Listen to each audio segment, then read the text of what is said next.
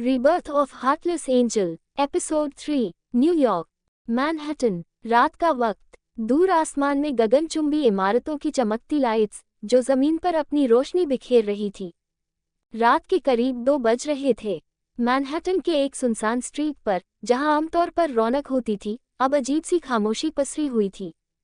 तेज हवा इमारतों के बीच सरसराती हुई दौड़ रही थी, जैसे किसी की वापसी की खबर फैला रही हो।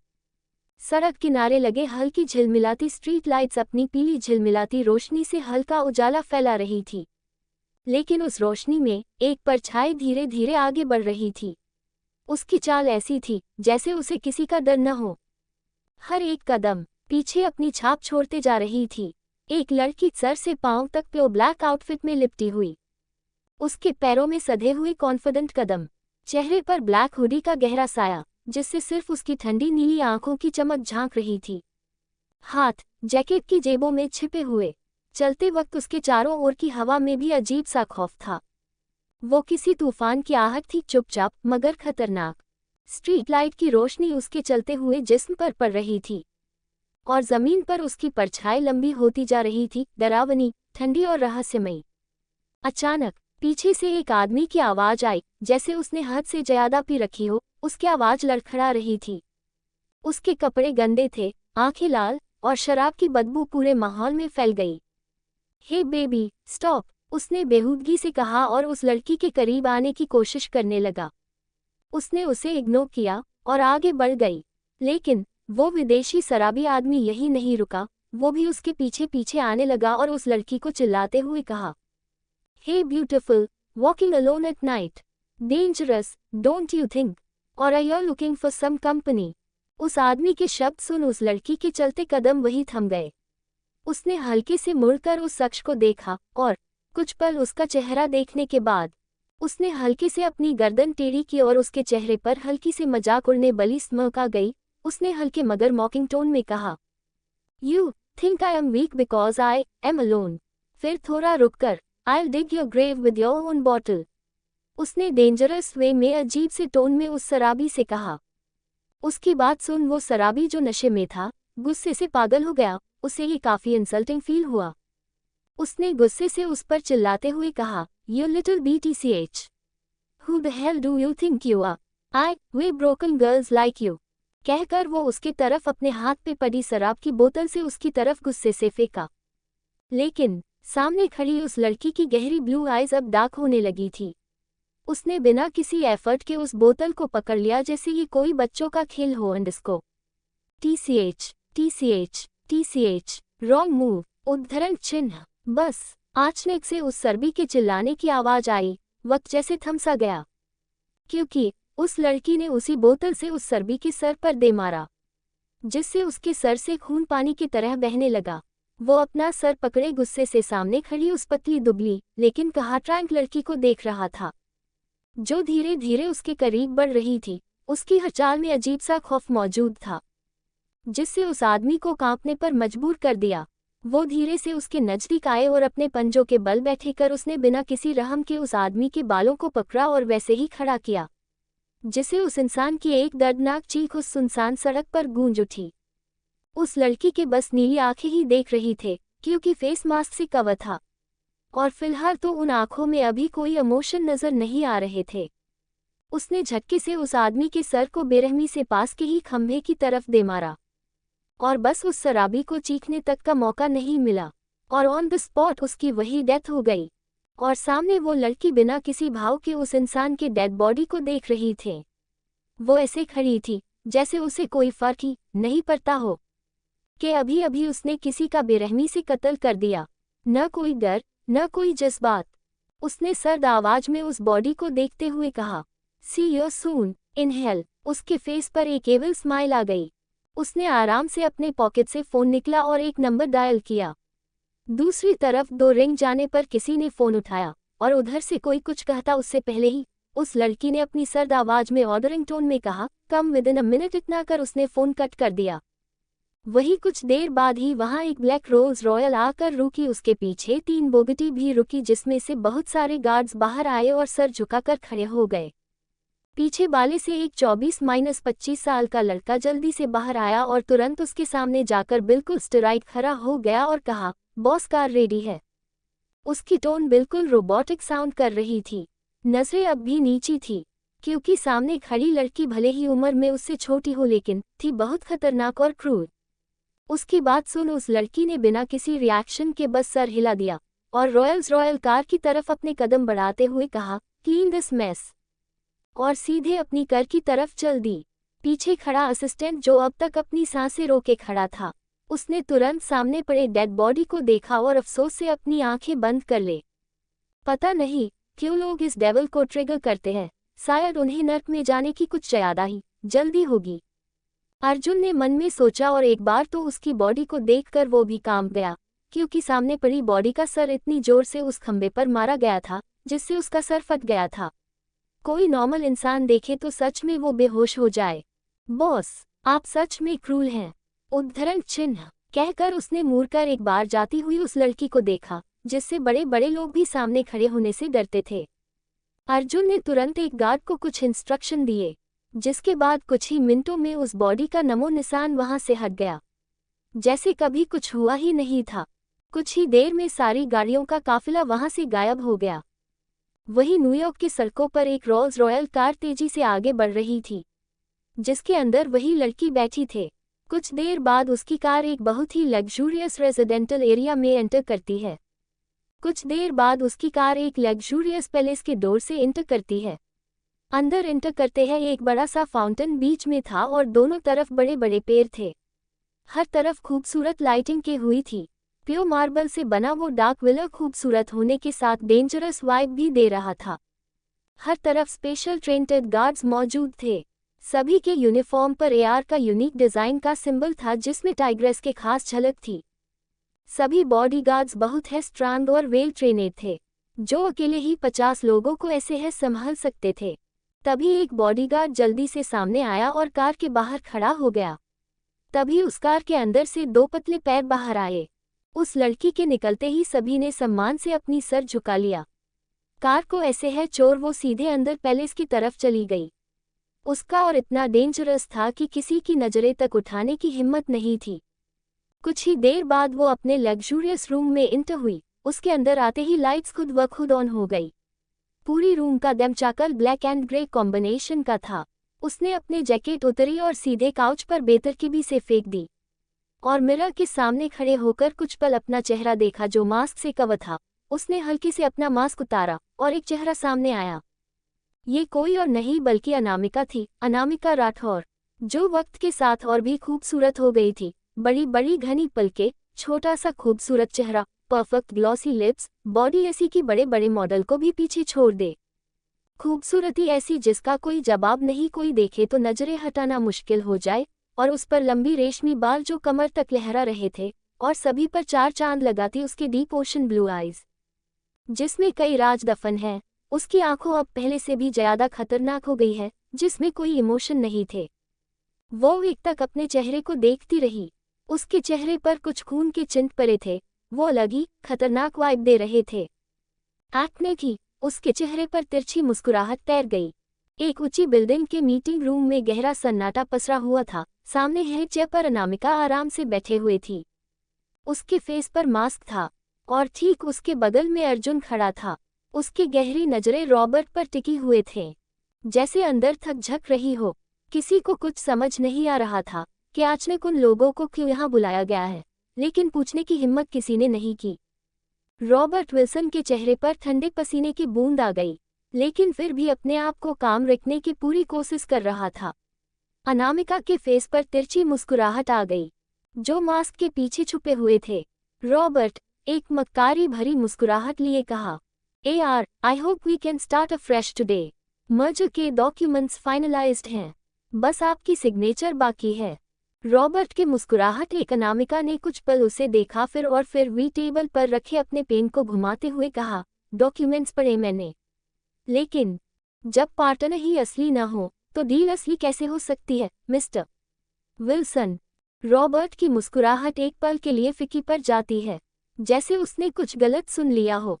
उसने कंफ्यूजन से कहा, excuse me, I don't understand what you are implying. आराम से चेयर पर लीन होकर कहती है, आई बहुत कुछ समझने लायक नहीं बचा है रॉबर्ट। अर्जुन आगे बढ़ता है, एक फाइल टेबल पे रखकर उसकी तरफ कर देता है और कहता है, अंडरस्को ट्रेवेना कॉर्पोरेशन के सीईओ कार्टर के साथ की गई तुम्हारी मीटिंग की डिटेल्स, वायर ट्रांसफर्स और लीक स्ट्रैटेजी डॉक्यूमेंट्स। रॉबर्ट बिल्कुल शौक रह जाता है, उसके चेहरे पर डर दिखाई देने लगता है, क्योंकि वो की क्रूलिटी के बारे में अच्छे से जानता था, फिर भी लालच के कारण उसने ये सब किया। लेकिन अब पीछे हटने का कोई चांस नहीं है, क्योंकि उसकी चोरी पकड़ी गई थी। फिर भी गुस्से से कहता है, wait, this is a misunderstanding. तुम खुद को समझती क्या हो? उसे बहुत गुस्सा आ रहा था और हैरानी भी कि सामने इस छोटी लड़की ने इतना सब कैसे पता लगा लिया, जबकि उसने बहुत सीक्रेटली ये सब किया था। tch. you know what I hate liars। यानी अनामिका ने ठंडी आवाज में कहा, उद्धरण चिन्ह विस्मयादिबोधक चिन्ह, और तुमने हो वही गलती कर दे, कहकर वो सर्द निगाहों से रॉबर्ट को घूरने लगते हैं। रॉबर्ट गुस्से से डायरेक्ट गुण अनामिका पर गन पॉइंट कर देता है। You are finish. हाँ, क्या मैंने तुझे डबल क्रॉस? क्योंकि जब से तू इस बिजनेस वर्ल्ड में आए हैं, तूने मेरा कितना नुकसान किया है, पर अब, कहकर वो हंसने लगा, अब तू बचेगी ही नहीं तो फिर यहाँ मेरा राज चलेगा अंडरस्को, कहकर वो बेवकूफ़ों की तरह हंसने लगता है। अनामिका बिना किसी भाव के उसे देखने लगते हैं। साइड में खड़ा अर्जुन रॉबर्ट को ऐसे देख रहा था जैसे कोई पागल हो, और उसे उसके लिए दया आ रही थी। अब खुद डेविल के सामने उसे ही धमकी दे रहा है। अनामिका ने सर्द आवाज में कहा, आवाज नीचे रॉबर्ट, अपने औकत से बढ़कर काम किया है तुमने। आई हेट चीटर्स, नाउ पे फॉर दिस, कहकर उसने एकदम से अपनी रिवॉल्वर निकाली और डायरेक्ट रॉबर्ट को शूट कर दिया। रॉबर्ट की आंखें खुली की खुली रह गई। उसे समझने का मौका ही नहीं मिला कि अंडरस्को हुआ क्या। गोली, उद्धरण चिन्ह, सीधे उसके सर के बीचों बीच लगी थी। वो किसी टूटे हुए पत्ते की तरफ सीधा चेयर पर गिर जाता है। वहां ऑलरेडी कुछ लोग मौजूद थे। सबकी सांसें रुक जाती है और खौफ भरी नजरों से सामने को देखने लगते हैं। उन्होंने सोच लिया था, गलती से भी को कभी धोखा देने का सोचेंगे भी नहीं। अनामिका ने सर्द लहजे के सबको देखते हुए कहा, गैब्बर एक दीमक की तरह होता है और मुझे गद्दारों से सख्त नफरत है। उसकी बात सुन सबकी के चेहरे पर ठंडे पसीने की बूंद देखने लगी थी। किसी ने अनामिका की तरफ देखने तक की हिम्मत नहीं की। अनामिका चेयर से उठती है और बिना किसी को देखे जाते हुए कहते हैं, clean the garbage. Arjun guards को कुछ इंस्ट्रक्शन देता है और अनामिका के पीछे चल जाता है। अंडरस्को, अनामिका अपने ऑफिस में जाती है। उसका शानदार केबिन सिंपल बट एलिगेंट था। वो सीधे जाकर अपनी चेयर पर बैठ जाते हैं और अपना मास्क उतर देती है। अब उसका खूबसूरत सा छोटा सा चेहरा सामने आता है। तभी अर्जुन अंदर आता है और एक पल के लिए अनामिका को देखने लगता है। वो सच में बहुत खूबसूरत थी, बिल्कुल एंजल की तरह। लेकिन जल्दी है होश में आता है और अभी कुछ देर पहले का सीन उसके दिमाग में चलने लगता है। वो कांप जाता है और मन में कहता है, बस शकल से है मासूम है ये, बाकी तो पूरी डेविल है, कहकर अपना ख्यालों को झटकता है और कामली कहता है, अंडरस्को बॉस, आपके दादाजी का लगातार कॉल्स आ रहे हैं। उसके बाद सन अनामिका बस हम में जवाब देती है और उसे बाहर जाने का इशारा करती है। अर्जुन तुरंत केबिन से बाहर चला जाता है और एक लंबी सांस छोड़ते हुए कहता है, हे भगवान, कितनी खदोश है ये, स्माइल तक नहीं करती है। उसके बाद अपना फोन निकलता है और के ग्रुप में कुछ मैसेज करता है। आज उस रॉबर्ट ने बॉस को गुस्सा दिलाया और बेचारा भगवान को प्यारा हो गया, कहकर उसने थोड़ा मिर्च मसला लगा के ग्रुप में सेंड कर दिया। दूसरी तरफ से तुरंत रिप्लाई आया, क्या सच में उसने फिर एक को टपका दिया। एक और, अंडरस्को तू बच के रह। दरअसल अर्जुन अनामिका के साथ पिछले 5 साल से था। उसका इस दुनिया में कोई नहीं था और वो अनामिका के साथ ही रहता था। साई की तरफ कहने को तो वो उससे बड़ा था, लेकिन उसकी बहुत रिस्पेक्ट करता था, इसलिए बॉस कहता था। अनामिका ने उसे मना किया था पर वो नहीं माना। फिलहाल ये ग्रुप में लोगों के बारे में आगे जानेंगे। अर्जुन ऐसे ही बात करते करते अपने चला गया। अंदर अनामिका जो ग्लास वॉल के सामने खड़ी थी, उसने एक नंबर डायल किया। कुछ रिंग जाने पर तुरंत फोन पिक कर लिया गया, जैसे उन्हें फोन का ही इंतजार था। अनामिका ने शांत आवाज में कहा, दादू। उधर से थोड़ी भावुक आवाज आए, अनु कैसे हैं बच्चे, तू आ रही है ना? जल्दी आ जा बच्चे, तुझे देखे कितने दिन हो गए। क्या तुझे अपनी बूढ़े दादा दादी की याद नहीं आती? अनामिका ने सॉफ्टली कहा, दादू आप जानते हैं न सब कुछ, और कैसे हैं आप, मेडिसिन टाइम पर लेते हैं न? दादाजी यानी विशंभर राठौर कुछ पल के लिए खामोश हो गए, फिर कहा, सब जानता हूँ, लेकिन अब बस तू जल्दी आ जा। मैं कुछ नहीं जानता हूँ। तेरी दादी भी बहुत याद करती है तुझे, और भी जब तक तेरा चेहरा नहीं देख लेता मैं कोई मेडिसिन नहीं लूंगा। वो एक जिद्दी बच्चे की तरफ जिद करने लगे। अनामिका ने शांत स्वर में कहा, कल आ रही हूँ मैं दादू, इसलिए आप जल्दी से पहले दवाई खा लीजिए। आप जानते हैं मुझे आपकी हेल्थ को लेकर कोई लापरवाही बर्दाश्त नहीं। विशंभर जी उसके कल आने की बात सुने खुशी से झूम उठे और उनकी आंखें नम हो गई। अंडस्को सच में मेरी बच्ची, अब तो मैं एक मेडिसिन भी मिस नहीं करूंगा, बस तू जल्दी आ जा। अनामिका ने उनकी खुशी अच्छे से महसूस की। उसने कहा, ठीक है दादू, अब मैं रखती हूँ, और कुछ बात कर फोन कट कर दिया। विशंभर जी से उसने जब वो आई थी अल्पविराम में तभी उसने फोन किया था, क्योंकि उसे पता था कि उसके न मिलने पर पिछले जन्म में उसके दादू बहुत परेशान हो गए थे। उन्हें हार्ट की प्रॉब्लम थी, जिसके बाद वो हॉस्पिटल बेड पर ही रहते थे और बहुत कमजोर हो गए थे। वो अब ऐसा बिल्कुल नहीं होने देना चाहती थी वो, इसलिए उसने कॉल करके उन्हें सब कुछ बता दिया था और कहा था कि सबको ऐसा बोलने कि उन्होंने अनामिका को हॉस्टल भेज दिया है।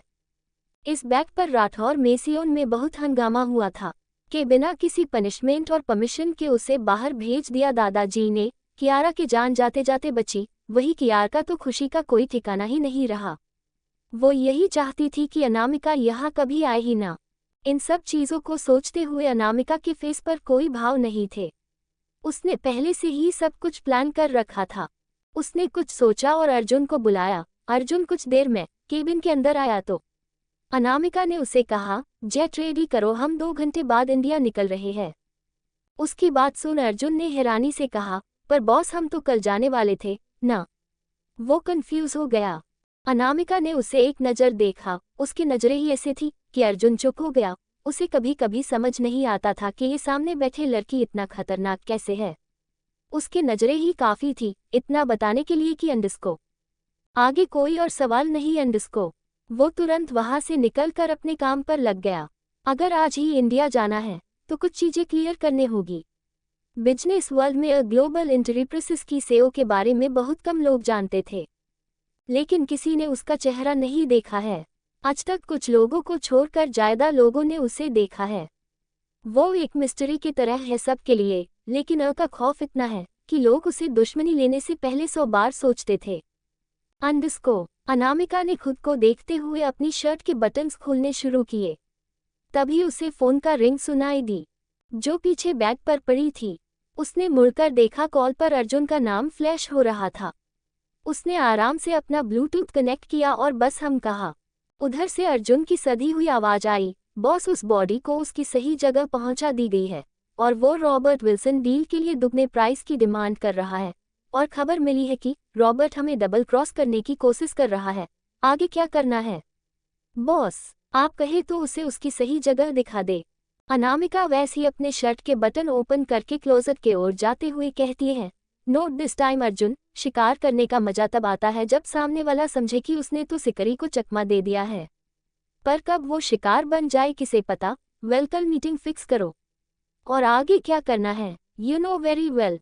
इतना कहकर उसने कॉल कट कर दिया और अपने फ़ोन को देखते हुए कहा, कुछ लोगों को अब भी लगता है कि बाजी उनके हिसाब से चल रही है, बट अब बाजी कब पलट जाए किसे पता। कहकर वो गुनगुनाते हुए फ्रेश होने चली गई। कुछ देर बाद वो फ्रेश होकर आए, तभी फ़ोन एक बार फिर से बजा। अनामिका ने देखा स्क्रीन पर माँ लिखा हुआ शो कर रहा है। नंबर देख उसके फेस पर हल्की सी स्माइल आ गई है, जैसे उसे पता हो आगे क्या होने वाला है। उसने आराम से फ़ोन उठाया और हल्के आवाज में कहा, माँ अंडस्को। इतना सुनते ही दूसरे तरफ से सीता जी की थोड़ी नाराजगी और हल्की गुस्से भरी आवाज आए, लिड्डू कहाँ थे आप अब तक? मैं कब से आपका फ़ोन ट्राई कर रही थी। इतना बसाई है आप कि आपको अपनी माँ से बात करने का टाइम नहीं मिलता। खुद की तो आपको ज़रा से चिंता नहीं है, और मैंने आपको कितने बार कहा है देर तक काम मत किया करिए, लेकिन नहीं मजाल है जो आप मेरी बात सुन ले।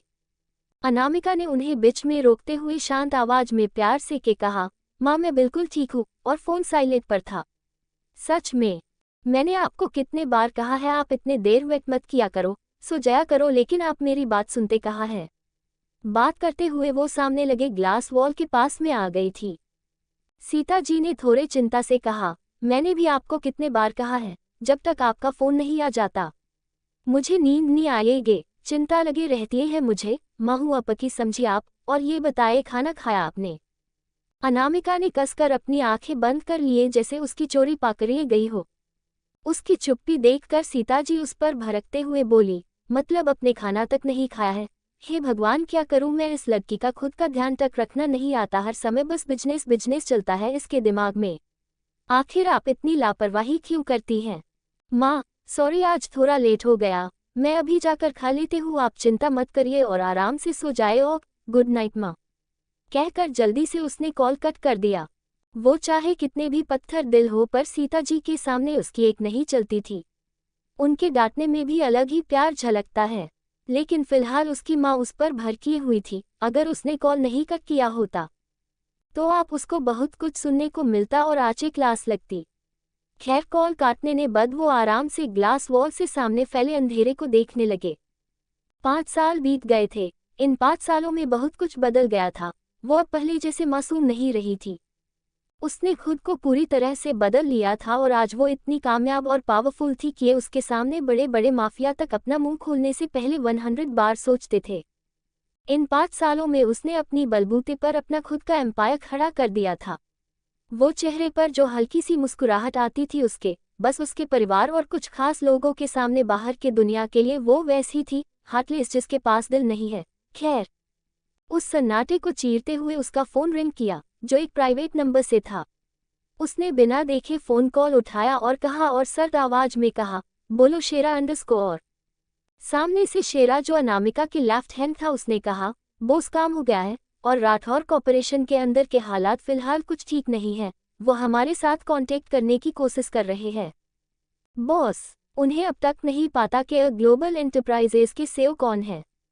सिर्फ इतना जानते हैं कि दुनिया जिस कंपनी से डील करने के लिए तरसती है, उसके के सीईओ जल्द ही इंडिया आने वाले हैं और मीडिया में ये खबर बहुत हाइप पर है।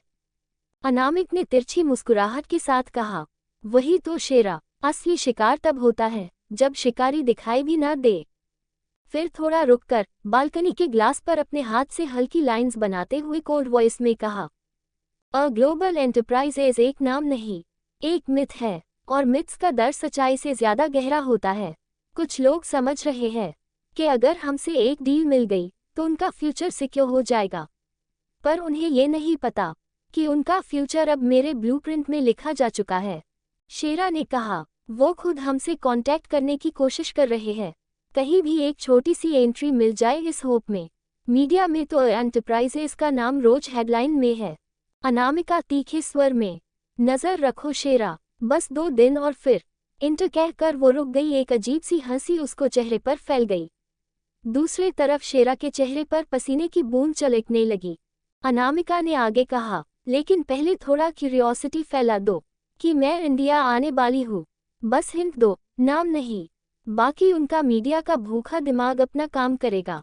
शेरा ने कहा, समझ गया बॉस, और बिजनेस फाइलें, बोर्डरूम प्रेजेंटेशन सब रेडी है। इंडिया वाली कंपनी पूरी तरह लाइनअप और सेट है।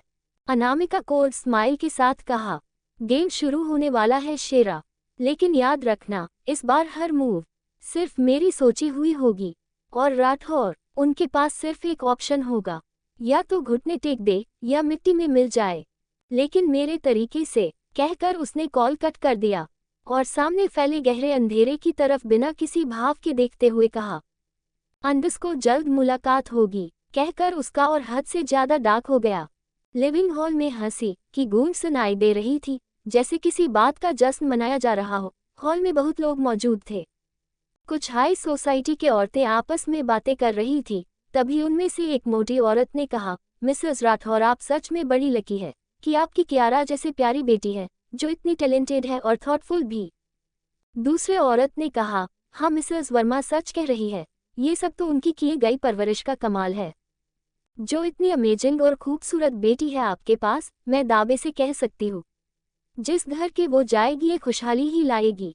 ऐसे ही कुछ चपलूसी भरी बातें कुछ औरतें कियारा के बारे में कर रही थी क्योंकि उसने एक बड़ी डील राठौर कॉर्पोरेशन को दिलवाई थी, जिसके कारण राठौर परिवार को, स्पेशली राधिका राठौर और राजेंद्र राठौर को बहुत प्राउड महसूस हो रहा था। इसी खुशी को सेलिब्रेट करने के लिए राजेंद्र ने बस एक छोटी सी पार्टी रखी थी, जिसमें वो लोग कियारा के पहले अचीवमेंट को सेलिब्रेट कर रहे थे, जिसके गुणगान ये औरतें बाग चढ़ के कर रही थी। क्योंकि भले ही राठौर कॉर्पोरेशन में कुछ चीजें ठीक नहीं चल रही थी, लेकिन फिर भी उसका मुकाबला यहाँ मौजूद लोग नहीं कर सकते थे। और कियारा राठौर उनके और दुनिया के हिसाब से राठौर परिवार की एकलौती बेटी थी।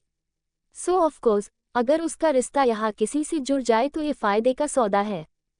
तभी अचानक सभी का ध्यान सिद्धियों के बीच गया। उसी भीड़ में से किसी ने कहा कि वो देखो कियारा आ गई हैं, तो सब उस तरफ देखने लगे।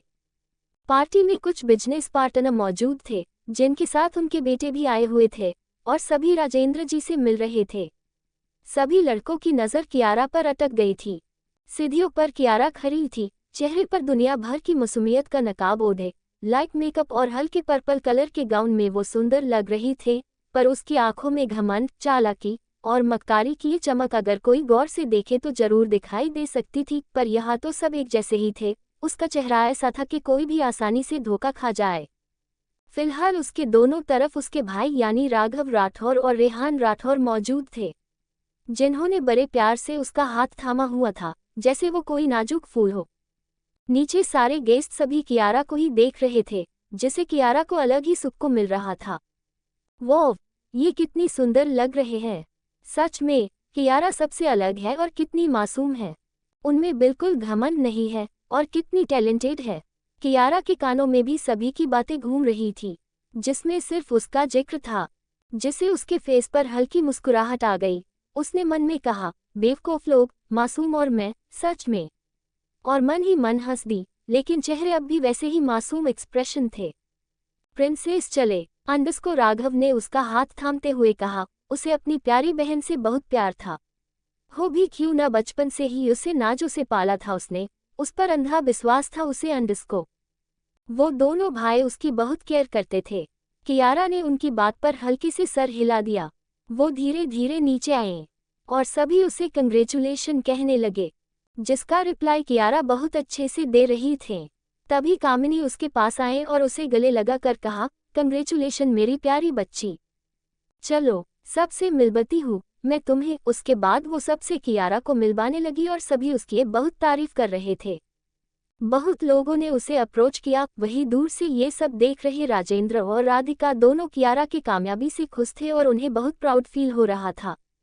इन गुजरे सालों में घर में किसी ने भी अनामिका का जिक्र तक नहीं किया, जैसे वो एग्जिस्ट ही नहीं करती है वो दुनिया में। तभी कुछ बिजनेस पार्टनर राजेंद्र जी से कहा, मिस्टर राठौर, क्या आपने वो न्यूज़ देखी है ग्लोबल एंटरप्राइजेस की सेओ इंडिया आने वाली है? सुना है वो बहुत क्रूएल है। जिसे सारे लोग ग्लोबल के बारे में ही बातें करने लगे। तब तक कियारा भी वहां आ चुकी थी। उसने भी ये बात सुन ली थी। राजेंद्र जी ने कहा, हाँ मिस्टर वर्मा, मैंने भी न्यूज़ सुनी है। तभी किसी ने कहा, अगर ग्लोबल के साथ राठौर कॉर्पोरेशन के डील फाइनल करे तो शो बहुत फायदा होगा। ये बात राजेंद्र ने भी सुने। उनके दिमाग में तो पहले से ही ये बातें चल रही थी।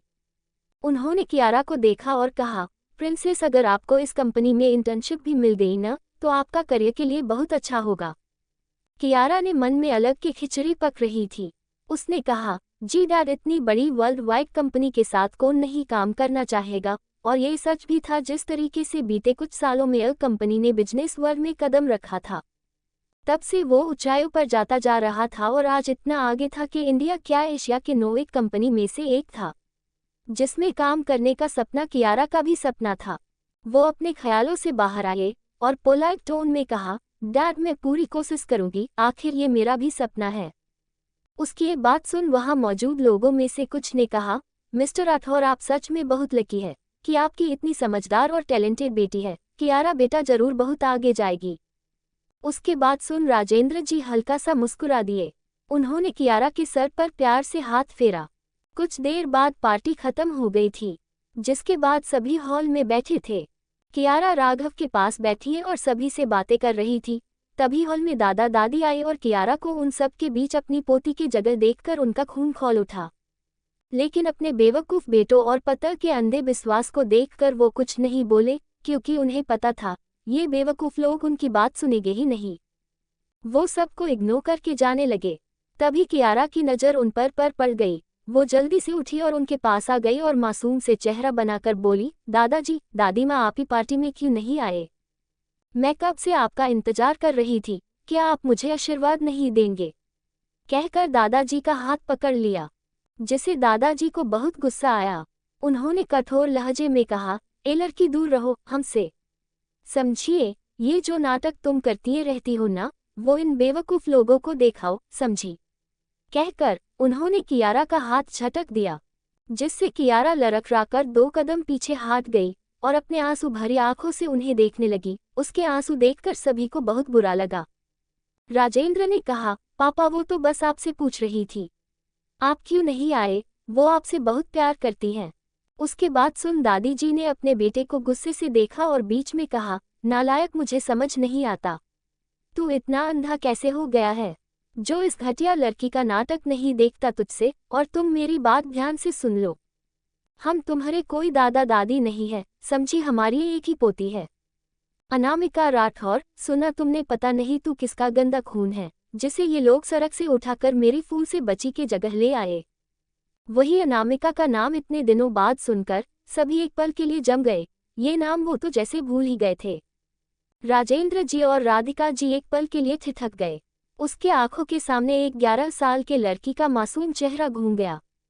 अभी वो कुछ सोचते आगे उसके पहले ही उसे कियारा के रोने की आवाज आई। कियारा ने जब खुद के लिए गंदा खून सुना और सड़क पर से उठाए हुए तो उसका दिल जल उठा। उसे इस बात से बहुत नफरत होती थी कि ये अनामिका इस घर की असली बेटी है और वो बस गोद ली हुई। उसके मन में अनामिका के लिए वक्त के साथ और भी नफरत भर गई थी। जब उसने देखा कि कैसे अनामिका का नाम सुनकर सभी अनामिका के बारे में सोचने लगे, तो उसे हद से ज्यादा गुस्सा आया। क्यों वो लड़की हर बार उसके बीच में आ जाती है? वो घटिया लड़की यहाँ होकर भी उसकी जिंदगी में जहर घोल रही है। काश वो कभी आए ही न, काश वो मर जाए। उसने अपना रोना स्टार्ट कर दिया, जिससे सभी लोगों का ध्यान अनामिका से हटकर कियारा पर चला गया और सबसे पहले राघव उसके तरफ दौड़ा और उसे चुप कराने लगा। प्रिंसेस बस करो, शांत हो जाओ, तुम्हारी तबीयत खराब हो जाएगी, कामिनी जी ने कहा। कियारा शांत हो जाओ, रोन बंद करो। कियारा रोते हुए बोली, सब मेरी गलती है, काश उस दिन मैं खाए अंडस्को में गिरकर मर जाते तो कितना अच्छा होता। उसने खाए शब्द पर बड़ी ही चलकी से जोर दिया, जिससे सबका ध्यान उस घटना की तरफ चला जाए। मैंने अनामिका की जगह ले ली है, मैं बहुत बुरी हूँ, मैं भाई डैड कहकर फुट फुट कर रोने लगी। वही उसके मुंह से खाए वाले हादसे का जिक्र सुनकर एक बार फिर सभी को वो इंसिडेंट याद आ गया। आज इसमें अनामिका ने कियारा को पहाड़ी से धक्का दे दिया था और खुद भाग गई थी, जिससे सभी के मन में फिर अनामिका के लिए नफरत भर गई। राधिका जी ने गुस्से से कहा, कोई गलती नहीं है तुम्हारे, सब गलती उस लड़की के है, उसे उसकी पनिशमेंट मिली है जो उसने किया। हाँ भाभी बिल्कुल सही कह रहे हैं, ये सब उस लड़की के कारण है जो हमारी कियारा को हमेशा हट करते रहती थी, तंग करती थी। अच्छा हुआ वो यहाँ नहीं है। प्रिंसेस सबको ज्यादा सोचने की जरूरत नहीं है, राघव ने कहा। वही उन सभी की बेवकूफ़ी और कियारा की चालबाजी देखकर दादा और दादी ने घिन से सबको एक नज़र देखा और गुस्से से कहा, इन कमकलों को कुछ समझना बेकार है, जो खुद के बेटी को छोड़ इस घटिया लड़की के पीछे पागल है। और वो गुस्से से दादी जी के साथ वहां से अपने कमरे में चले गए। ये सब देखकर उनका सर दर्द करने लगा। वही कियारा फिर से सभी की आंखों में अपने लिए सिंपैथी और प्यार देखकर उसे सुकून मिला। उसके हिसाब से ये सब उसका था, ये उसके पेरेंट्स और भाई थे, इसलिए सारी खुशियाँ और प्यार वो डिजर्व करते थे और इसलिए उसे सबकी आंखों की अनामिका के लिए घिन और नफरत साफ देख सकते थे, जिसे वो मन ही मन खुश हो गई। कुछ देर बाद रेहान और राघव उसे रूम में लेकर आए और प्यार से उसके सर सहलने लगे, जिसके कियारा को बहुत अच्छा लग रहा था। उसने सुकून से आंखें बंद कर लिए और मन ही मन कहा, देखो अनामिका, आज ये सब कुछ मेरा है और हमेशा रहेगा, मैं तुम्हें कुछ भी अपना नहीं लेने दूंगी। अगर तुम कभी बीच में आई तो मैं तुम्हें बर्बाद कर दूंगी। कहकर उसके फेस पर तिरछी मुस्कुराहट आ गई। वही दूसरे तरफ अनामिका जो जेट में थे और सामने आसमानन को देख रही थी, उसने टेढ़ी मुस्कुराहट के साथ कहा, ये तो वक्त ही बताएगा कौन किसे बर्बाद करता है। अंडरस्कोर। सुबह का समय। कल के घटना के बाद किसी ने ज्यादा बात नहीं की थी। फिलहाल डाइनिंग टेबल पर शांति पसरी हुई थी। कियारा राघव और रेहान के बीच बैठी थे। सभी शांति से ब्रेकफास्ट कर रहे थे। नौकर चुपचाप अपना काम करके जा चुके थे। दादाजी और दादी जी अब वैसे भी ज्यादा इन लोगों से बात नहीं करते थे। तभी राजेंद्र ने सबको देखते हुए कहा, अब कियारा और रेहान की ये छुट्टियां भी खत्म हो गई हैं, तो हम लोग कल ही मुंबई के लिए निकलेंगे। उनकी बात सुन किसी ने ज्यादा कुछ नहीं कहा, बस सर हिला सिया। कुछ साल पहले हुए लॉस के कारण उन लोगों का बहुत नुकसान हो गया था। यहाँ के बिजनेस पर बहुत असर पड़ा था। इसलिए राजेंद्र जी ने डिसाइड किया था कि वो अब अपना बिजनेस फिलहाल मुंबई वाली ब्रांच से शुरू करेंगे। इसलिए उन्होंने अपना ज़्यादातर बिजनेस मुंबई में सेटअप कर लिया था, क्योंकि ऑलरेडी उनकी पकड़ मुंबई में अच्छी खासी बन गई थी। अभी कियारा कॉलेज में थी और वीकेंड पर वो लोग यहाँ राजस्थान कुछ दिन पहले आए थे, तो अब कियारा और रेहान दोनों के वीकेंड खत्म हो गए थे। राजेंद्र ने एक नज़र अपने पिता को देखा, इस उम्मीद में कि शायद वो कुछ तो कहेंगे, लेकिन उन्होंने तो उनकी बातों पर ध्यान ही नहीं दिया। जिस राजेंद्र जी का चेहरा थोड़ा मायूस हो गया, लेकिन उन्होंने कुछ नहीं कहा। विशंभर जी यहाँ बस अपनी कुछ रीजन से आए थे, न कि किसी वीकेंड पर या इन लोगों की खुशी में शामिल होने, तो बिल्कुल नहीं। कुछ देर बाद सभी अपने अपने रूम में चले गए पैकिंग करने। देखते ही देखते शाम भी हो गई। वही दूसरी तरफ अंडरस्कोर मुंबई में हर न्यूज़ चैनल में बस ग्लोबल एंटरप्राइजेस की मिस्टीरियस सेओ के आने की खबर पहले ही लग गई थी। ये खबर आग की तरह फैल गई थी कि बिजनेस इंडस्ट्री की ये क्वीन आज न्यूयॉर्क से इंडिया आ रही है। सभी लोगों की नज़रें न्यूज़ पर थे। वही मुंबई एयरपोर्ट पर एक शानदार प्राइवेट जेट लैंड हुई। देखने वाले की नज़रें उस तरफ अटक गई। देखे भी क्यों न, अमीर से अमीर लोग भी इतने लग्जरियस जेट को अफोर्ड नहीं कर सकते थे। और सबसे खास बात थी कि इस जेट पर लोगो था। सिक्योरिटी तुरंत अलर्ट मोड पर आ गए, जैसे एक गलती की गुंजाइश बाकी ना हो। तभी वहां एक के बाद एक लग्जरियस कार आकर रुकी, जिसमें बहुत सारे हटे कट्टे बॉडीगार्ड बाहर आए और लाइन से खड़े हो गए। सभी के हाथ में गन थी। वही मीडिया के भीड़ को कैप्चर करने के लिए रेडी था। अल्पविराम बढ़ी, आखिर इतना अच्छा मौका कौन छोड़ना चाहेगा। वही जेट का डोर ओपन हुआ और अनामिका एक अलग ही ऑरा और एरोगेंस के साथ बाहर आई। उसने एक पल के लिए अपनी आंखें बंद की। यहाँ इस जगह ने उसे बहुत से यादों से नवाजा था। अच्छी बुरी सारी यादें जुड़ी थी। कुछ पल बाद उसने अपनी आंखें खोली और सभी भावों को छुपा लिया और आगे बढ़ गई। उसने पूरे तरीके से ब्लैक शर्ट और ब्लैक हाई वेस्टेड पैंट में उसका फिगर किसी मॉडल को भी पीछे छोड़ दे। लुक हद से ज्यादा कतिल न लग रहा था। चेहरे पर लगा मास्क भी उसकी खूबसूरती को छुपा नहीं पा रहा था।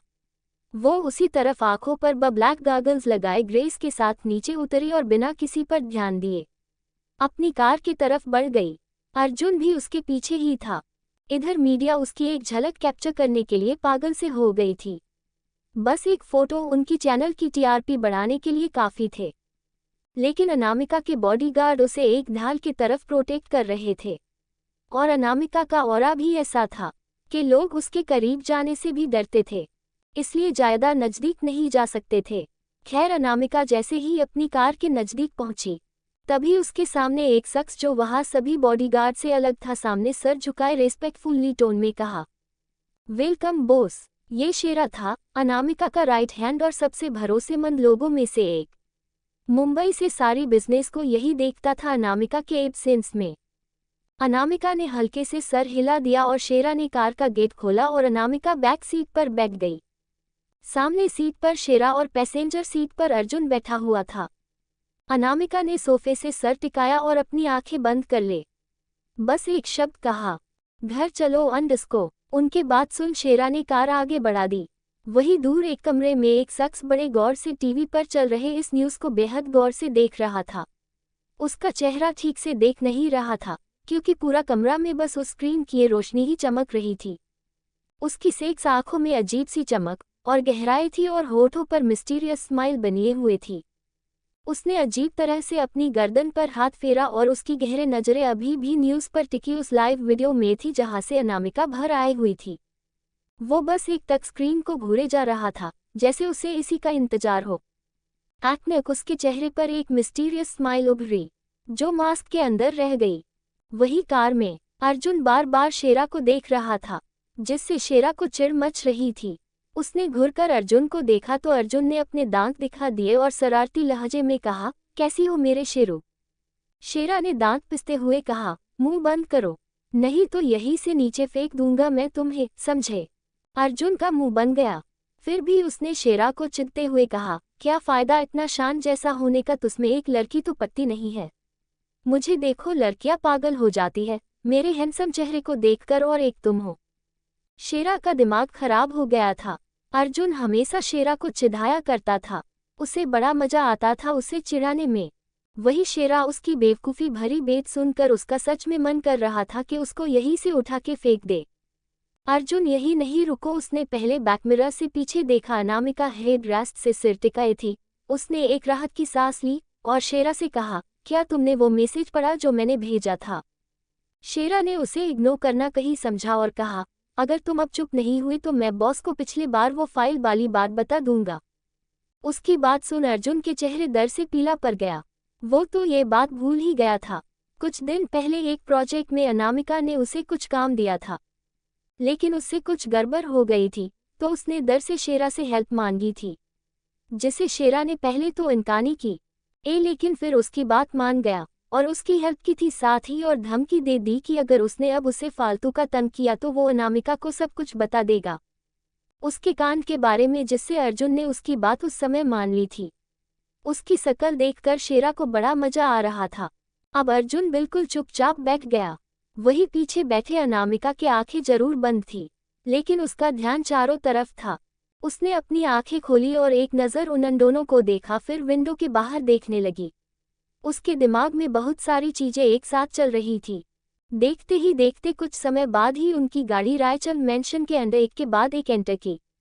वहां के सभी बॉडीगार्ड ने रिस्पेक्ट से अपने सर झुका लिए। शेरा तुरंत बाहर आया और अनामिका की तरफ का गेट खोला, जिसे अनामिका बाहर आए और गौर से सब कुछ ऑब्जर्व करने लगे। पूरे 5 साल बाद वो यहाँ वापस आई थी। कुछ खास लम्हे उसकी आंखों के सामने गुजर गए। उसकी आंखें सॉफ्ट हो गई। ये घर जहाँ उसके अपने रहते थे, जो उस पर अपनी जान चिरकते थे, जहाँ पर उसे परिवार के असली मायने समझ में आए, सोचते हुए उसका दिल गर्माहट से भर गया। वो धीरे कदमों से वो आगे बढ़ने लगी। तभी किसी की कड़क आवाज आई, वही रुको अंडस्को। आवाज सुनकर अनामिका ने पलट कर देखा तो उसके दादाजी यानी दिग्विजय जी और कल्याणी जी साथ खड़े उसे देख रहे थे।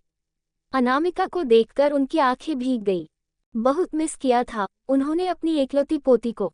अनामिका ने जैसे ने उन्हें देखा, वो तुरंत उनके पास पहुंच गई और झुककर उनके पैर छूने चाहे, लेकिन दादाजी ने उसे बीच में रोकते हुए थोड़े नर्म लेकिन डांटने के लहजे में कहा, हमने कितने बार कहा है आपको बेटिया पैर नहीं छूते, और आप तो लक्ष्मी है इस घर की। अनामिका भी झट से उनके गले लग गई। दादाजी ने प्यार से उसे गले लगाते हुए की कहा, बहुत इंतजार करवाया है अपने हमें। अनामिका ने धीरे से कहा, दादू मैंने भी आपको बहुत मिस किया। कल्याणी जी ने थोड़ी नाराजगी के साथ कहा, क्या हम यहाँ किसी को देख नहीं रहे हैं, कहकर वो अपनी नाराजगी दिखा रही थी। अनामिका ने एक नज़र उन्हें देखा, फिर दादाजी को। दोनों ने आंखों ही आंखों में इशारा किया। अनामिका ने पीछे से उन्हें गले लगाते हुए उनके गालों पर किस करते हुए बोली, अरे मेरी श्रीदेवी, अब को भला कैसे कोई भूल सकता है। वही अपनी फेवरेट कलाकार का नाम सुनकर अब जाकर उनके फेस पर मुस्कान आ गई। उन्होंने ने भी अनामिका को गले लगाते हुए कहा, मेरी प्रिंसेस बहुत समझदार है, कहकर उन्होंने प्यार से अनामिका के फोरहेड पर किस किया। क्यूट मैं भी हूँ यहाँ, मुंह बनाते हुए अर्जुन आकर दादी जी के गले लग गया। तुझे मैं कैसे भूल सकती हूँ बदमाश लड़के, पहले ये बता तूने अनु का ख्याल आचे से रखा या नहीं। हाँ हाँ बिल्कुल, चाहे तो बॉस से पूछ लो, मैंने उनका बहुत अच्छे से ख्याल रखा, उनके इतने सारे काम देने पर भी, कहकर बेचारा सा मुंह बना लिया जैसे कुछ ज्यादा ही ये अत्याचार हुआ है उस मासूम पर। तभी उसे अपने ऊपर किसी की एक खतरनाक नजरें महसूस हुई। उनसे धीरे से मुड़कर देखा तो अनामिका उसे ही घूर रहे थे। उसके ऐसे नजरों को देख अर्जुन तुरंत सकपका गया और इधर उधर देखते लगा। उसकी हालत देख पीछे खड़ा शेरा को हंसी आ गई। इधर दादी जी ने उन सबको शांत करते हुए कहा, चलो पहले अनु सफर से आई है, थक गई होगी, कितना काम करते हैं मेरी बच्ची, कहकर वो उसे अंदर ले जाने लगी। अनामिका ने पूछा, माँ कहाँ है? वो तो अंदर ही होगी, वो बहुत खुश हो जाएगी अपनी प्रिंसेस को देखकर। दादी ने जैसे ही सीता जी को आवाज लगाना चाहा, अनामिका ने तुरंत उन्हें चुप रहने का इशारा किया। वो खुद सीता जी को सरप्राइज देना चाहते थे। अनामिका को पता था कि ये सीता जी उसे कहाँ मिलेंगी इस वक्त, इसलिए वो आराम से गार्डन की तरफ चल दी। क्योंकि सीता जी को गार्डनिंग का बहुत शौक था, तो शाम के समय वो अपने पौधों के साथ बिताती थी। जैसा अनामिका ने सोचा था वैसा ही हुआ, क्योंकि सामने ही सीता जी पौधों को पानी दे रही थी। अनामिका के होठों पर हल्की मुस्कुराहट आ गई। वो धीमे कदमों से सीता जी के पास पहुंच गई और उनके आंखों पर अपने हाथों से ढक दिया। सीता जी तुरंत चौंक गई, लेकिन कुछ तुरंत ही उन्होंने धीरे से थोड़े भावुक होकर हैरत भरे शब्दों में कहा, लड्डू। और वो तुरंत अनामिका का हाथ पाकर उसकी तरफ मुड़ गई। आखिर कैसे नहीं पहनते वो अपने जिगर के टुकड़े को? वो तो आंख बंद करके भी अपनी लाडो को पहचान सकती थी। आखिर माँ ऐसे ही तो होती है। उन्होंने तुरंत अनामिका का चेहरा अपने हाथों से छुआ, जैसे विश्वास करना चाहती हो कि वो सच में है या बस उनका भ्रम है। हल्के नम आंखों से उन्होंने तुरंत अनामिका को गले से लगा लिया। मेरी लाडू तू आ गई। अनामिका ने भी उन पर अपनी पाकर कस दे। अब जाकर उसे एक अलग ही सुक्कों का एहसास हुआ। एक खाली पान था, अब पूरा हुआ। सीता जी ने ऊपर से नीचे तक एक नजर डाली और कहा, कितने दुबली पतली हो गई है आप। अच्छे से ध्यान नहीं रखा न अपने, अपना क्या हालत बना ली है। मैं बिल्कुल ठीक हूँ माँ, उसने कहा। वही दूर खड़े सभी ये नज़ारा देख रहे थे और उनके होठों पर मुस्कुराहट बनी हुए थे। सीता जी ने तुरंत उसका हाथ पकड़ा और घर के अंदर ले जाने लगी। चौखट पर पहुंच पर अचानक उनको कुछ याद आया, तो उन्होंने अनामिका को वहीं रुकने को कहा और खुद अंदर चली गई। अनामिका कंफ्यूज हो गई, लेकिन उसने कोई सवाल नहीं किया, बस चुपचाप वहीं खड़ी रही। कुछ देर बाद सीता जी और नैना जी दोनों वहां आए। सीता जी के हाथों में आरती की थाली दी। उन्होंने प्यार से अनामिका के आरती उतारे और नैना जी ने प्यार से उसका नजर उतारा। अब अंदर आए लड्डू, सीता जी ने कहा। कुछ देर बाद सभी लिविंग हॉल में अनामिका को घेर कर बैठे थे। अशोक जी और राघव किसी काम से आउट ऑफ इंडिया थे, तो वो यहाँ थे नहीं। आरव, वेद और ईशान अभी घर पर नहीं थे। किसी को मालूम नहीं था कि अनामिका आने वाली है, नहीं तो वो लोग अभी यही रहते। अभी कोई और कुछ बोलता उसे फेले ही आरव, वेद और ईशान तीनों बाहर से अंदर आ रहे थे। तीनों के तीनों बहुत ही ज्यादा हैंडसम लग रहे थे। तीनों बात करते करते अंदर आए। तभी तीनों के नजर अचानक से सामने गई और तीनों की आंखें बड़ी हो गई। तीनों ने एक साथ कहा, लिटिल सीस, प्रिंसेस। उनके आवाज सुनकर लिविंग रूम में सभी का ध्यान उस तरफ चला गया और तीनों के ऐसे रिएक्शन को देख उन्हें हंसी आ गई। अब सब शांति से देखने लगे, कह सकते हैं आगे के सीन का वेट करने लगे। आरव और वेद तुरंत कूदते हुए अनामिका के पास पहुंचे और एकदम से उस पर कूद गए। वही अनामिका अचानक हुए हमले से सहल नहीं पाए और तीनों साथ में नीचे जमीन पर जा गिरे। हे रे मेरी कमर, वेद ने कराहते हुए कहा, क्योंकि अरब पूरा उस पर गिर गया। वही अनामिका ने लगाभाव चिढ़ते हुए कहा, भाई अब क्या मुझे मारने का इरादा है आपका? माँ देखिए, उसने सीता जी से शिकायत की। सीता जी ने तुरंत हाथ खड़े कर दिए, जैसे कह रही हो इन्हें तुम सह लो, ये तुम्हारे भाई है, हम कुछ नहीं कर सकते। वही अरब ने खुशी से चिकते हुए कहा, मेरी लिटिल सीस, तुम कब आए और हमें बताया क्यों नहीं? वेद ने भी हम यहाँ मिलाते हुए कहा, हाँ हाँ अरब बिल्कुल सही कह रहा है। प्रिंसेस तुम अकेले क्यों आए, हमें बुला लेती। दोनों की खुशी का ठिकाना ही नहीं रहता अपनी अनामिका को देखकर। वही अनामिका उनका इतना ओवरलोड प्यार देखकर परेशान हो गई। उसने उम्मीद से ईशान को देखा, जो मुस्कुराते हुए उसके पास आया और कहा, अब उठो भी तुम दोनों, क्या प्रिंसेस को चोट लग जाएगी? अब जाकर दोनों होश में आए और जल्दी जल्दी उठकर बैठे और तुरंत अनामिका को भी उठाया।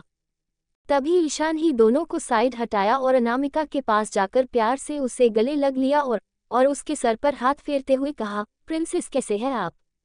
मैं एकदम ठीक हूँ भाई, उसने हल्की मुस्कान के साथ कह। वही आरव और वेद का जलन से मुंह बन गया था।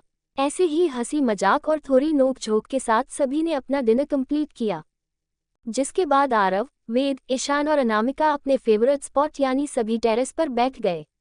ये बचपन से ही उन सभी का फेवरेट स्पॉट था, जहां सब अपने लाइफ के सारी बेट एक दूसरे से डिस्कस करते थे। सभी एक दूसरे से बहुत प्यार करते थे और अनामिका तो उन सबकी छोटी सी जान थी, उनकी छोटी प्यारी बहन।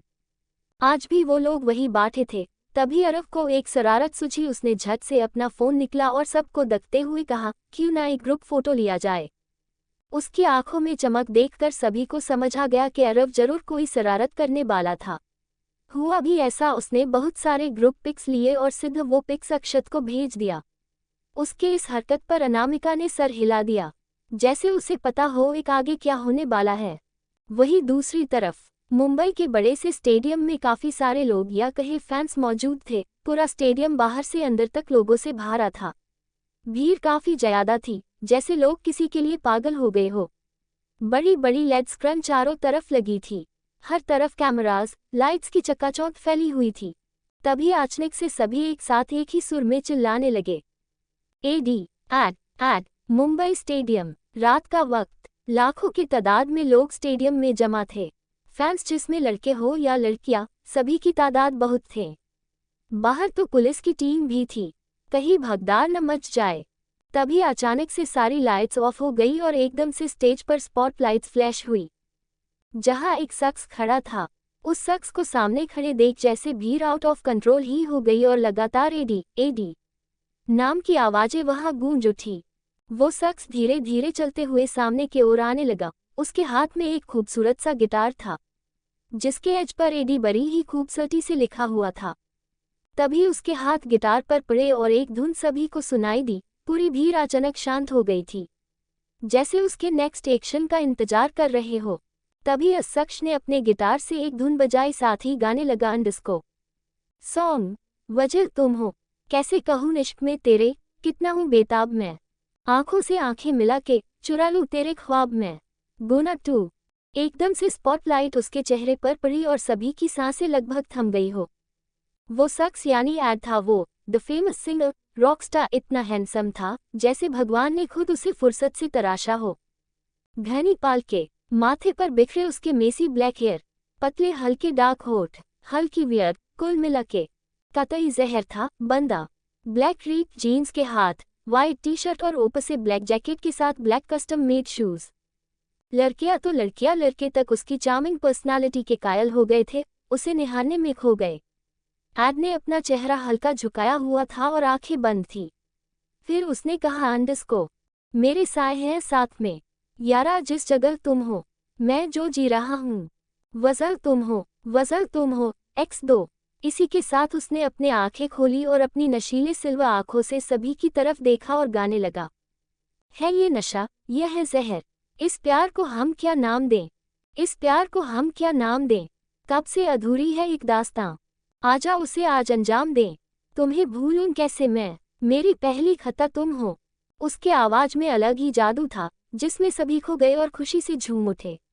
आखिर झूमे में क्यों न वो एडी था जिसके हर गाने सुपर हिट होते थे। उसके आवाज ही ऐसे थे जैसे रूह को छू रही हो रहा हो, मदहोश कर देने वाली एक अलग ही कशिश थी उसमें।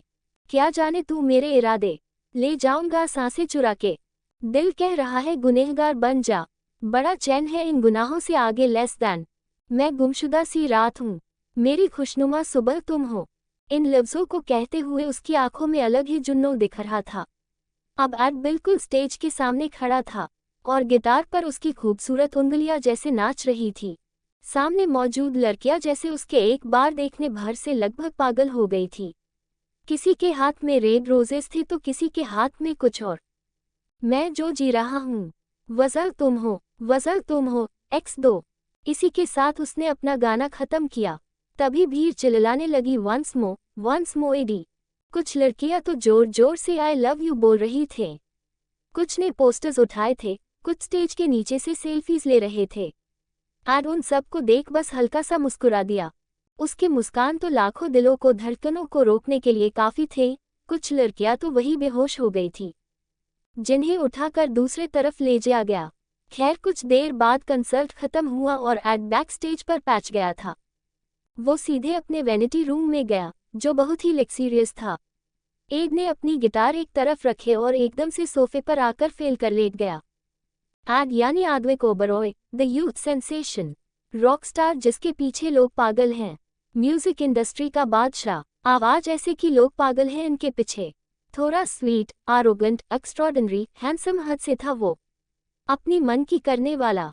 तभी रोम का डोर खुला और उसका मैनेजर यानी नील, जो उसका दोस्त भी था, अंदर आते हुए कहा, अद्विक भाई, व्हाट ए परफॉर्मेंस डूड, क्या गाया है तूने, हमेशा की तरह अनबीटेबल, फुल ऑफ इमोशंस। बाहर भीड़ पागल हो गई है बस तुझे देखने के लिए। ये सॉन्ग तो सुपर डुपर हिट है बॉस। अद्विक अब भी उसी पोजीशन में था, जैसे ये सब उसके लिए कुछ नया नहीं हो। वेल था भी ऐसा, जब भी उसका कॉन्सर्ट होता था लोग ऐसे ही पागल हो जाते थे। अनगिनत फैंस थे उसके, कितनी कंपनी उसे साइन करने के लिए मरे जा रही थी। अद्विक बस अपने मन की सुनता था, उसका जो मान होता वो वही करता। गाना उसका पैशन था। नील ने कहा, भाई तू सो रहा है, आर यू सीरियस? उसने अपना माथा पकड़ लिया और धीरे से कहा, पता नहीं कहाँ फंस गया मैं, इसका मैनेजर बन के। कभी कभी उसे लगता था कि इतने नखरे तो उसकी गर्लफ्रेंड भी नहीं होते थे जितना ये स्नान इसे नखरे दिखता था। उसने धीरे से कहा, पता नहीं इसकी बीवी कैसे झेलेगी इसके नखरे। वेल, मुझे तो अभी से ही उस पर तरस आ रहा है। तभी अद्विक ने लेजी टोन में कहा, हो गया तेरा, और क्या बोला तूने बीबी? वो अब उठकर बैठ गया और उसे देखते हुए सीरियस फेस के साथ बोला, ऐसे कोई लड़की ही नहीं बनी जो अद्विक ओबरॉय के दिल पर राज कर सके। शादी तो दूर दूर के बात है, आज देखते हैं। नील ने आंखें रोल करते हुए कहा, मैं भगवान से प्रे करूंगा कि तुझे ऐसी लड़की मिले जो एकदम खामोश हो, जो तेरा जीना हराम कर दे, फिर तुझे अक्ल आएगी। अद्विक उसे इग्नोर कर उठते हुए अपनी जैकेट उतारते हुए वॉशरूम में जाते हुए वैसी जैकेट उसके मुंह पर फेंकते हुए कहता है, इन योर ड्रीम्स, कहकर वॉशरूम में चला गया। वॉशरूम में अद्विक शॉवर के नीचे खड़ा था। उसके strong muscular biceps, perfect muscular body, बिल्कुल ग्रीक गॉड था वो। ऐसे ही लड़कियां पागल नहीं थी उसके पीछे। कोई लड़की इस हाल के देख कैसे अपना दिल न हारे उस पर। शॉवर के नीचे गिरता हुआ पानी उसके बालों से होते हुए उसके चेस्ट पर किसी मोती की तरह फिसल कर कहीं गुम हो गए थे। उसके पूरी बैक एरिया पर एक ईगल का टैटू बना हुआ था, इस तरीके से कि वो एक खतरनाक वाइब भी दे रहा था। उसने अपने बालों को हाथों से पीछे किए, जिससे उसकी मस्क्यूलर बॉडी अलग ही अट्रैक्टिव लग रही थी, जो बड़े बड़े मॉडल्स को पीछे छोड़ने के लिए काफ़ी थे। उसने अपनी आंखें बंद किए और धीरे से फुसफुसाया, प्यार, मोहब्बत, इश्क जैसी बातें अद्विक ओबरॉय के लिए नहीं बानी। उसकी आवाज़ बेहद धीमी लेकिन गहरी थी। दूसरी तरफ राजवंश महल, अनामिका का कमरा। अनामिका अपनी बालकनी के सामने फैले अंधेरे को एकटक निहार रही थी। उसकी आंखें बिल्कुल खाली थी, जिनमें कोई इमोशंस नहीं थे, बिल्कुल जैसे वो हमेशा रहते हैं, इमोशनलेस। भले ही घरवालों के सामने वो हंसते मुस्कुराती थी, लेकिन अभी के अनामिका और यूएस अनामिका में जमीन आसमान का अंतर था। उसकी मुस्कुराहट के पीछे बहुत कुछ छुपा होता था। कुछ जख्म ऐसे होते हैं जो समय के साथ अगर बाहर न आया जाए तो वो नासूर बन जाते हैं। अनामिका ने भी उन जख्मों को नासूर बना दिया था। अचानक उसका फोन रिंग हुआ। उसने अपना ध्यान फोन की तरफ किया, जहां शेरा फ्लैश हो रहा था। उसने कॉल पिक किया और बस हम में जवाब दिए, एकदम सख्त और कोल्ड वॉइस में। दूसरी तरफ से शेरा ने कहा, बॉस वो लोग आज ही पहुंच चुके हैं। उसके बाद सन अनामिका के फेस पर एविल स्माइल आ गई। उन्हें बस इतना कहा, नजर रखो। शेरा ने हिचकिचाते हुए कहा, यस बॉस। उसकी हिचकिचाहट सुन अनामिका ने अजीब तरह से मुस्कुराते हुए कहा, मन में सवाल रखा, आचे बात नहीं है। शेरा की आंखें बारी हो गई। उसने एक बस फोन को देखा और मन ने कहा, इन्हें हमेशा मेरे मान ही बात कैसे पता चल जाती है। इधर अनामिका ने सर्द लहजे में कहा, क्योंकि मैंने तुम्हारे दिमाग में वायर फिट किया है। उसके बाद सुन शेरा हड़बड़ा गया। उसकी बॉस कुछ ज्यादा ही खतरनाक मजाक करती है। उसने बिना कोई देरी किए थोड़ा हिचकिचाते हुए कहा, बॉस क्या आप अपनी रियल आइडेंटिटी के साथ उन लोगों के सामने जाएंगी? अनामिका उसका सवाल सुन चुप रही, फिर तिरछी मुस्कुराहट के साथ कहा, हर चीज को जानने का एक सही वक्त होता है। You know what I mean, well focus on your work Shera, मुझे गलतियां पसंद नहीं। कहकर उसने कॉल कट कर दिया और अजीब तरीके से कहा, बिसात तो पहले ही बिछ चुकी है, बस अगले चाल का इंतजार। और फिर इतना कहते ही उसके फेस पर एक एबल स्माइल आ गई, जो आचे वाइब तो बिल्कुल नहीं दे रही थी। पूर्ण विराम। अनामिका ट्रेडमिल पर दौड़ रही थी, पूरी पसीने से भीगी हुई थी वो। उसके फ्लोर पर उसका एक पर्सनल जिम था, जिसमें सारे इक्विपमेंट थे जो प्रोफेशनल ट्रेनर के पास होते हैं। कानों में ब्लूटूथ कनेक्ट थे। वो अर्जुन से कंपनी के बारे में कुछ रिपोर्ट ले रही थी। यहाँ मुंबई में ही उसने अ ग्लोबल का हेडक्वार्टर शिफ्ट कर लिया था। तो ज़्यादा प्रॉब्लम तो नहीं थी, बट काम का लोड थोड़ा बढ़ जरूर गया था। सो डिस्कस करना जरूरी था। अनामिका ने सीरियस टोन में कहा, ठीक है, सेव के साथ मीटिंग फिक्स करो। मेक श्योर करना कि सारे टर्म्स एंड कंडीशन क्लियर हो। अभी तक ये बात मीडिया में आग की तरह फैल चुकी थे। उसका आना यानी अ का आना और उनका हेडक्वार्टर यही मुंबई शिफ्ट हो गया, जो एक ब्रेकिंग न्यूज़ थे। बिजनेस की दुनिया की खलबाली माची हुई थे। लोग बस कैसे भी करके इस वर्ल्ड वाइड कंपनी से जुड़ना चाहते थे। अनामिका ने कुछ देर बात करने के बाद कॉल कट किया और सीधे अपने रूम में फ्रेश होने आ गई। कुछ देर में वो रेडी होकर आ गई थी। उसने एक नेवी ब्लू स्लीवलेस टॉप के साथ वाइट वेस्ट पैंट वेयर किए थे। बालों का मेसी बन बनाया था। हल्की सी लिप ग्लॉस लगाया। बस इतने में ही वो बारी प्यारी लग रहे थे। बस कमी थी तो एक स्माइल की। वो सीधे नीचे चली गई। नीचे हॉल में आते ही उसके कदम वहीं ठहर गए, क्योंकि उसके ठीक सामने सोफे पर विशंभर जी और रागिनी जी यानी उसके दादा दादी बैठे थे। नैना जी किचन से आ रही थी। तभी उन्होंने अनामिका को देखा और कहा, प्रिंसेस उठ गई आप। देखिए आपसे मिलने कौन आए हैं।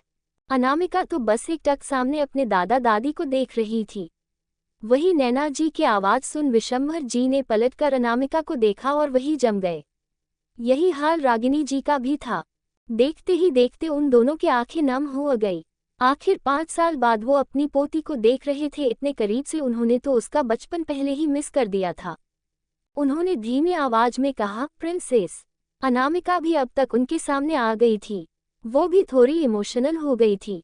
आंखें हल्के लाल हो गई क्योंकि उसने अपने जज्बातों को कंट्रोल करके रखा था।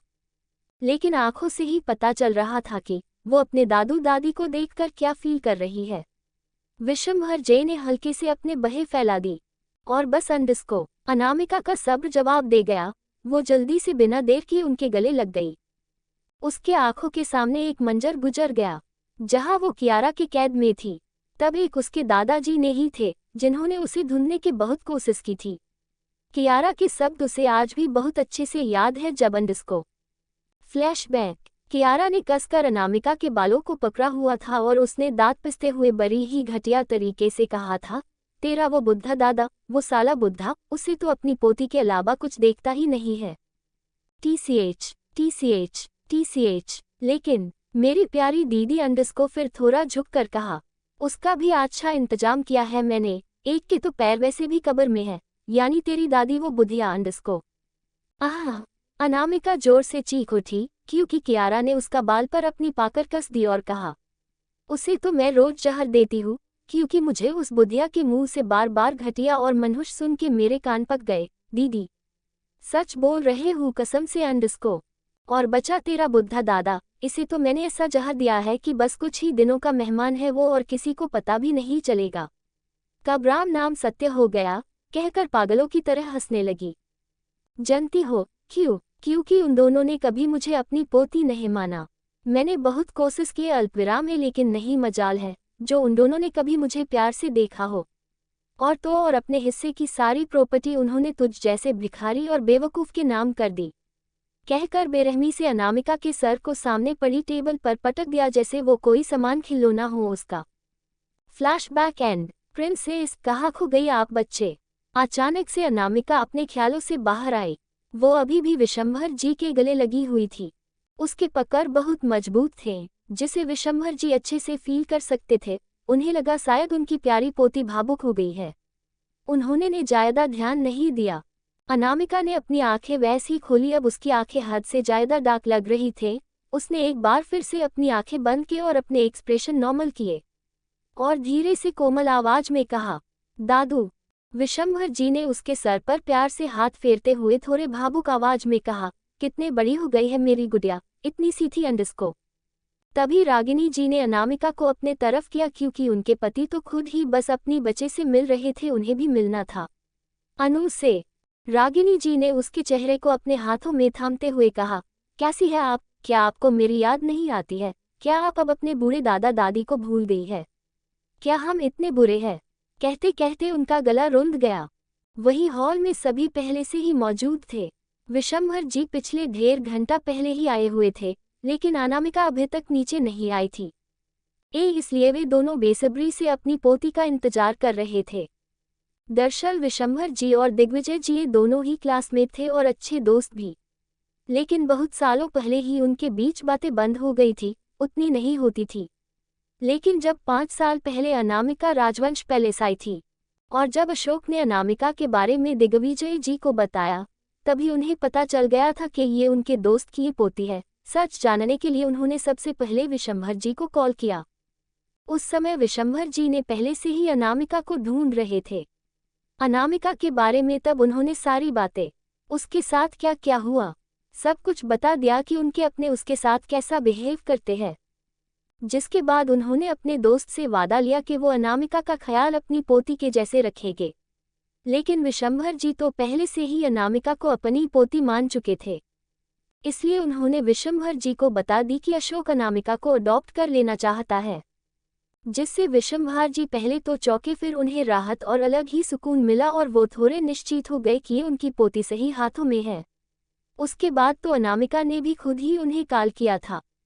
अनामिका ने आराम से रागिनी जी के आंसुओं को पोंछा और कहा, क्या ऐसा हो सकता है कि आपकी अनु आपको भूल जाए दादी माँ? मैं आपको और दादू को कभी भूल नहीं सकती। उसके कहने का लहजा एकदम सीरियस हो गया, जो सभी को अच्छे से महसूस हुआ। उसने दोनों का हाथ पकड़ कर सोफे पर बैठाया। इधर दिग्विजय जी जो सामने बैठे थे, उन्होंने जब अनामिका की बात सुनी तो उनके एक्सप्रेशन बिल्कुल एक जलनखोर इंसान जैसे थे, जिसे उसकी फेवरेट चीज किसी ने ले ली हो।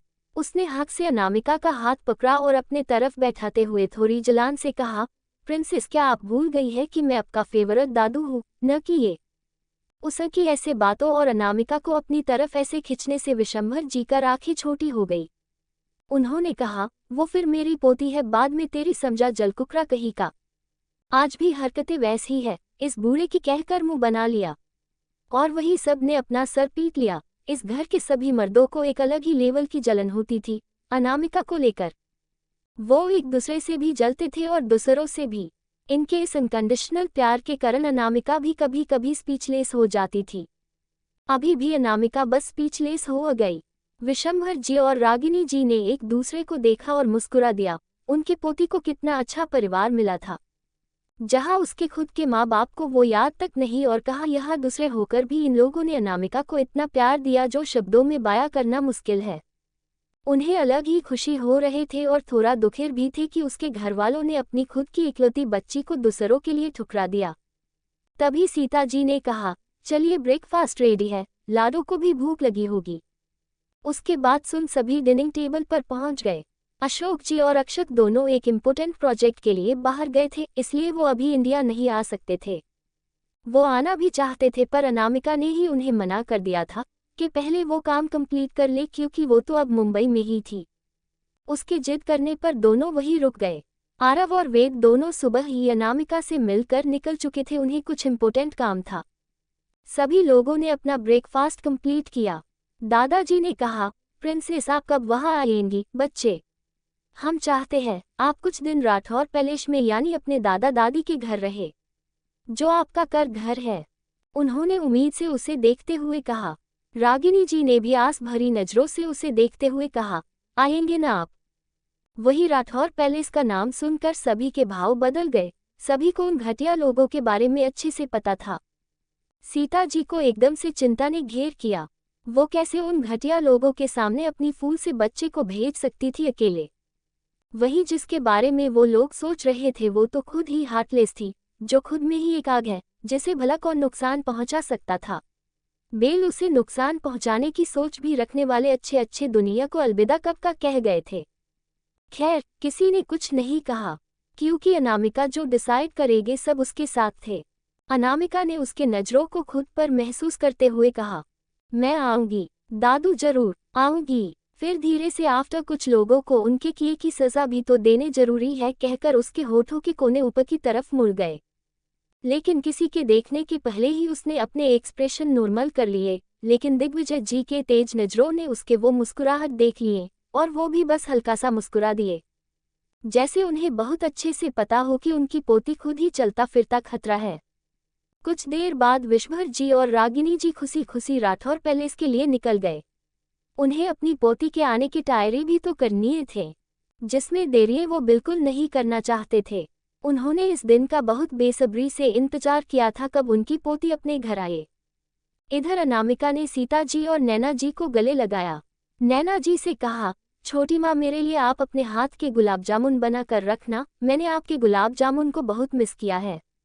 वही उसकी डिमांड सुन नैना जी ने मुस्कुराते हुए कहा, जो हुक्म मेरी राजकुमारी जी। और सभी हंस दिए। अनामिका घर से बाहर निकल गई तो सीता जी ने आवाज देते हुए कहा, आराम से जाना लाडो। ठीक है माँ, कहकर अनामिका अपनी कार से निकल गई। वही सीता जी ने सर हिला दिया, इस लड़की का कुछ नहीं हो सकता, तूफान है तूफान। वही दूसरी तरफ सनशाइन होटल, उस होटल के एक कमरे में एक लड़के और लड़की की गहरी सांसों की आवाजें गूंज रही थी। उन दोनों के कपड़े बेतरकीबी से इधर उधर बिखरे पड़े थे। डो इट फास्टर, उस लड़की ने नशे से घुली आवाज में कहा। आवाज से ही पता चल रहा था कि वो इस लम्हे को कितना एंजॉय कर रही है। वो लड़का उस लड़की को अपने नीचे किए हुए उसके होठों को बेरहमी से काटे जा रहा था। दोनों पसीने से लिथपथ थे। पता नहीं कितनी देर से ये सिलसिला चल रहा था। कौन है ये लड़की? To be continued. Thanks for watching.